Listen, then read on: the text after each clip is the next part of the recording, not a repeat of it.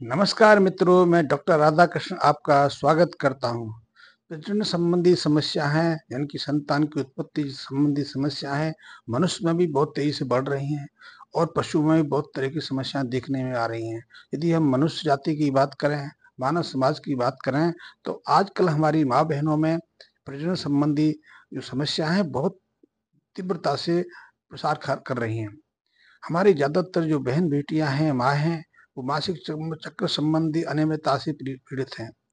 अधिकांश स्त्रियों में अतिमासिक या मासिक चक्र का शीघ्र बंद हो जाना या मासिक चक्र का नियंत्रण बना रहना या फिर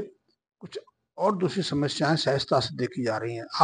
आपने अध्ययन किया होगा, आपने निश्चित रूप से इस बात पर ध्यान दिया होगा कि आज जो एक वर्ग है, जो पढ़ा लिखा है, संपन्न है, अच्छी नौकरी करता है, अच्छी तरह से जो स्थापित हो चुका है, जिसके पास किसी चीज की कमी नहीं है, ऐसे समूह के जो 35 से 40% दंपत्ति हैं, वो या तो निसंतान की स्थिति में है या जिनको बच्चा पैदा करने में कई तरह की समस्याओं का सामना करना पड़ रहा है। इन्हीं वर्ग में मासिक चक्र संबंधी अनियमितता में ज्यादा देखने में आ रही है। उसका कारण है, जैसे डॉक्टर बताते हैं, प्रचार मीडिया बताता है कि इसके पीछे एक ही कारण है कि हम ऐसे खुराक का सेवन कर रहे हैं, ऐसा भोजन कर रहे हैं जो हमारे शरीर को विषाक्त कर रहा है। निश्चित रूप से इसका असर है, ये विस्तृत विषय है, इस पर फिर कभी चर्चा करूंगा। तो जो असर हमारे ऊपर पड़ रहा है, वही असर पशुओं के ऊपर, गाय और उसके बछड़ी पर पड़ रहा है। तो इसलिए गाय बछड़ियों में भी गर्मी में ना आना या निरंतर गर्मी में बने रहना या गर्मी पे आना, गर्भ धारण कर लेना लेकिन गर्भ को गिरा देना, बार बार रिपीट होते रहना, ये समस्या बहुत तेजी से बढ़ रही है। और इस समस्या को लेकर हमारे गौपालक, हमारे पशुपालक बहुत चिंतित हैं, क्योंकि जब वो एक महंगी गाय लेके आते हैं, लाखों की गाय लेके आते हैं, तो वो दोबारा से जब हीट पे नहीं आती है, गर्मी में नहीं आती है, या फिर हीट पे आ जाए, उस कंसीव भी कर ले, गर्भ धारण भी कर ले, लेकिन उसके बाद कुछ दिनों में वो उसको गिरा दे, या फिर बार बार ये प्रक्रिया चलती रहती है, तो उसका लाखों की जो गाय है, लाखों का जो पशु है, वो हजारों का रह जाता है और वो किसी काम का नहीं रहता। यही समस्या जो बछड़ियों में देखने में आ रही है। बहुत सारी बछड़ियां ऐसी हैं, ऐसी 15% बछड़ियां आज देखने में आ रही हैं जो प्रथम बार भी हीट पे नहीं आ रही हैं, जो गर्मी पे नहीं आ पा रही हैं। वयस्क गायों के साथ में, एक बार ब्याही गायों के साथ में जो समस्या और भी बढ़ गई है। और जब से जो नई नस्लें आई हैं, जो क्रॉस ब्रीड हो रही हैं, उनके साथ में समस्या और भी विस्तृत रूप में देखने में आ रही है और इससे पशुपालकों का, गाय पालकों का चिंतित होना जरूरी है। तो ऐसे में इस मध्य चक्र को सुधारने के लिए भी हमें ध्यान देने की आवश्यकता है। इस मध्य चक्र के लिए पीछे कई तरह के कारण होते हैं। यदि प्रथम बार कोई बछड़ी, कोई हाइपर गर्मी में ना आए, तो उसके पीछे तो कह सकते हैं कि शायद उसके शरीर में पोषक तत्वों की कमी रही हो, उसको अपने शिशु काल में पर्याप्त संतुलित आहार उपलब्ध ना हुआ हो, उसकी देखभाल सही तरह से नहीं हुई हो, वो कुपोषित हो, क्योंकि हमारे देश में ज्यादातर जो गौवंश है वो कुपोषित श्रेणी में आता है और पिछले करीब 60-70 सालों से यही क्रम चल रहा है। दूसरा, एक चीज और भी देखने में आ रही है कि हम गाय तो अच्छी ले आते हैं,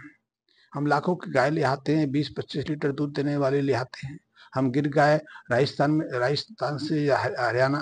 गुजरात से महाराष्ट्र ले जाते हैं, पंजाब ले जाते हैं,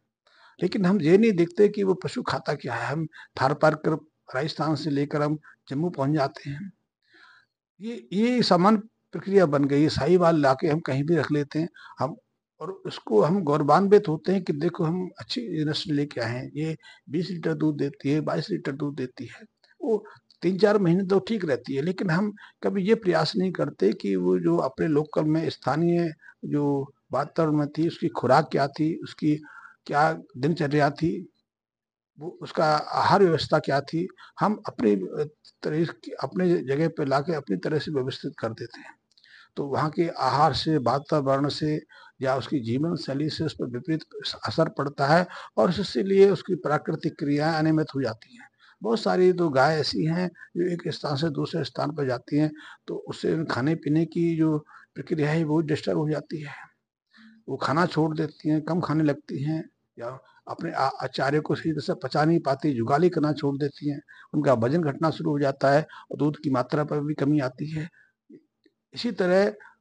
ये शारीरिक क्रियाएं तो प्रभावित होती हैं, उनकी जो आंतरिक क्रिया है वो भी प्रभावित होती हैं और इन आंतरिक क्रियाओं का सीधा संबंध जो जैव रासायनिक जो होते हैं उनसे रहता है। चाहे ये जैव रासायनिक क्रियाएं अंतःस्रावी ग्रंथियों से स्रावित हो रही हों, प्रजनन अंगों से स्रावित होती हों या मस्तिष्क से स्रावित होती हों, तो ऐसे में यदि आपकी गाय, आपकी भैंस का या बछड़ी का जो गर्मी का आने का चक्र अवस्थित हो जाए तो उस पर शीघ्र ध्यान देने की आवश्यकता है। तो ऐसे में अपने पशु को, अपनी गाय को, अपनी बछड़ी को संतुलित चारे के साथ में, संतुलित चारे में दाना मिश्रण भी आ जाता है, मल्टी जो मिनरल्स होते हैं वो मिक्सचर भी आ जाता है, मल्टी विटामिन भी आ जाते हैं। प्रोटीन सप्लीमेंट तो पशुओं के लिए बहुत महत्वपूर्ण है और इसी चीज को हम ज्यादा इग्नोर करते हैं, क्योंकि यही प्रोटीन है जो हमारे शारीरिक निर्माण में, उत्कीय विकास में, उत्कीय जो संरचना हमारे शरीर के अंदर है, हमारे शरीर के अंदर जितने भी अंग हैं, जो भी जितनी भी ग्रंथियां हैं, उनमें महत्वपूर्ण भूमिका निभाता है। तो ऐसे में यदि आपको लगे कि आपकी गाय या आपकी बछड़ी का जो मादक चक्र है, ऋतु चक्र है, वो डिस्टर्ब है, वो हिट पे नहीं आ रही है या गर्भ धारण नहीं कर पा रही है, तो ऐसे गाय या भैंस को प्रोटीन आधारित जो जो खाद्य है, जो आहार है, वो देना आवश्यक है। और इसके लिए आप कुछ विशेष पाउडरों का भी मदद ले सकते हैं। इसके लिए आप लिपो फास्ट का प्रयोग कर सकते हैं। लिपो फास्ट एक ऐसा पाउडर है, इसमें रूमन बाईपास फैट है, रूमन बाईपास प्रोटीन है, इसलिए सीधा सीधा ये इसके लीवर में पहुंचता है, लीवर में मेटाबोलाइज होता है और उसके बाद शरीर की जो आंतरिक अंगों की विकास की क्रिया है उनमें महत्वपूर्ण भूमिका निभाता है। ये लिपो जो बाईपास फैट है, ये जो दुग्ध ग्रंथियां हैं, जो मिल्क ग्रंथ हैं, उनके विकास में मदद करता है। इसलिए जिस एनिमल को, जिस गाय भैंस को लिपो फास्ट पाउडर का सेवन कराते हैं या फिर हम गैलेक्सूट देते हैं, उससे उसकी दूध देने की क्षमता बढ़ जाती है, उनका अनियमित जो मासिक है वो सामान्य हो जाता है, गर्भ धारण करने की जो क्षमता है उसमें वृद्धि होती है और सबसे बड़ी चीज है कि उसकी खाने पीने की व्यवस्था है, उसके आहार को सेवन करने की वो सामान्य स्थिति में आ जाती है। वो अच्छी मात्रा में ना केवल चारा का सेवन करती है, बल्कि जुगाली में भी 5-7 घंटे लगाती है और 5-7 घंटे जुगाली में लगाना बहुत महत्वपूर्ण है कि जो गाय या जो भैंस 5-7-8 घंटे जुगाली में लगाएगी, उसकी दूध देने की क्षमता भी अच्छी बढ़ेगी, उसकी शरीर की दूसरी जो क्रिया है वो भी सामान्य होंगी। तो ऐसे में यदि आपके गाय या भैंस का या बछड़ी का जो ऋतु चक्र है वो अनियमित है, तो उसको सुधारने के लिए प्रोटीन आधारित खनिज तत्वों की तो आवश्यकता पड़ती रही है। तो ऐसे खनिज तत्व हैं जो मासिक चक्र को नियमित करते हैं। उसमें आप आयरन दे सकते हैं, क्योंकि आयरन से खून बनता है, खून हमारे शरीर के लिए बहुत आवश्यक है, उसी तरह पशुओं के लिए आवश्यक है। इसके अलावा क्रोमियम है, जिंक है, कोबाल्ट है, मैग्नीशियम है।